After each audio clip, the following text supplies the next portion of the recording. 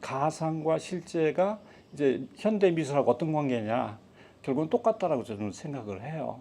지금은 사진, 미술, 음악 모든 것의 경계가 무너졌고 또 그것들이 서로 융합되고 이렇게 표현이 되기 때문에 이번 저희들 전시들이 상당히 흥미롭다고 저는 생각을 해요. 또 저도 제 작업에서 사실적으로 보여주는 것보다는 조금 더 추상적으로 보여서 감상자들로 하여금 뭔가 좀 새로운 느낌을 갖게 하고 또 저도 표현을 할 때 좀 폭넓게 제 생각을 표현할 수 있는 것이 추상적인 것이 아닌가. 그래서 가상과 실제가 저는 의미 있는 이번 전시라고 생각을 합니다. 제 작품 세계는 인간과 자연의 조화를 모토로 하고 있어요.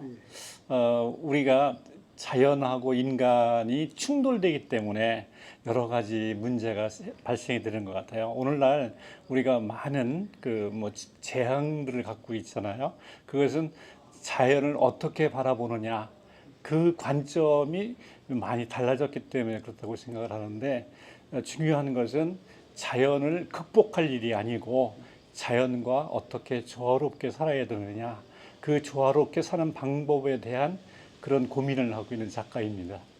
프랙탈하고 카오스라고 하는 게 있는데, 이제 카오스는 언뜻 보면 상당히 복잡해요. 뭐가 뭔지 알 수가 없어요. 사실 우리 사회가 그래요. 또 우리 가족의 어떤 갈등이 있었을 때도 사실 상당히 복잡해요. 그러나 우리가 조금 멀리 떨어져서 큰 틀에서 보게 되면 아무리 복잡한 일들도 하나의 패턴을 이루고 있어요. 예를 들어서 벌통에 벌들이 막 움직이고 있어요. 그런데 그 벌들이 상당히 카오스적으로 움직이고 있다고 보지만 실제로 그네들은 하나의 통제되고 정확한 룰에 의해서 걔네들 움직이고 있거든요. 우리가 단지 그걸 못 보고 있을 뿐이죠. 그리고 우리가 세상을 바라볼 때 아무리 복잡한 세상도 멀리 떨어져서 보게 되면 그 세상의 원리를 깨달을 수 있다, 이렇게 생각을 해요.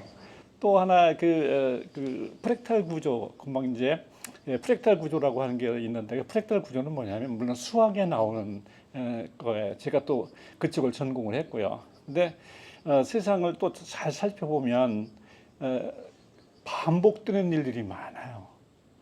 그래서 전체를 보지 않아도 그 반복되는 거의 일부만 봐도 전체를 파악할 수 있는 것들이 있어요. 예를 들어서 세상을 작은 거에서 크게 볼 수 있는, 전체를 파악할 수 있는 그런 부분이 있다라고 생각을 해요. 사진적으로 표현하기에는 뭔가 좀 부족한 부분들이 있었어요. 그래서 어느 날 제가 잠자리 곤충을 이제 찍다 봤는데, 잠자리 날개가 그런 그 프랙탈 구조를 갖고 있더라고요. 말하자면 직사각형에 비슷한 것들이 계속해서 반복되는 걸 발견을 했어요. 그래서 제가 이제 잠자리 날개를 찍게 되었고요. 또 한편으로는 제가 이제 아까도 말씀드렸듯이 수학을 전공해서 수학에 나오는 프랙탈 구조가 하나의 함수예요. 그 함수가 상당히 3차원에서 아름답게 표현이 돼요.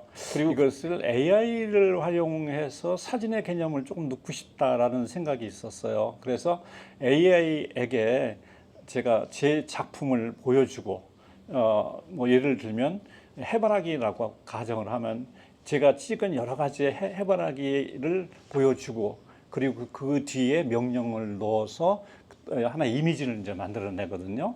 근데 제가 자연에서 발견할 수 없는 것들이 AI에서는 발견할 수 있도록, 또 AI가 그런 걸 또 표현을 해주더라고요.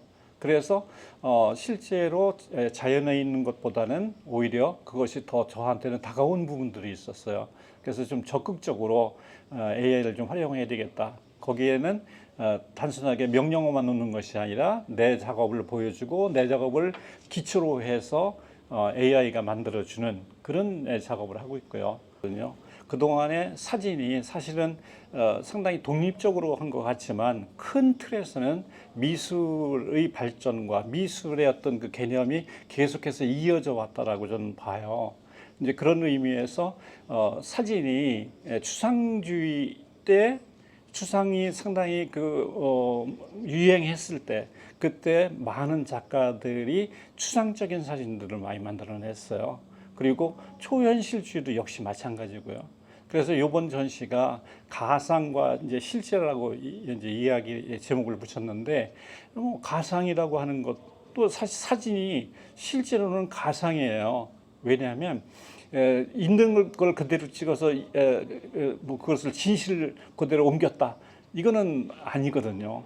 사진은 얼마든지 찍는 사람의 의도에 따라서 달라지기도 하고 의미도 다르게 부여가 되거든요. 일단 전공하는 것이 이제 두 가지잖아요. 하나는 이제 교육학을 공부를 했고 또 교육자로서 내가 중고등학교에서 오랫동안 근무를 했고 또 사진에 정말 또 빠져서 또 사진을 또 다시 공부를 했고 그런데 이 교육자는 어쩔 수가 없는 것 같아요. 뭔가를 가르쳐야 되는 것 같아.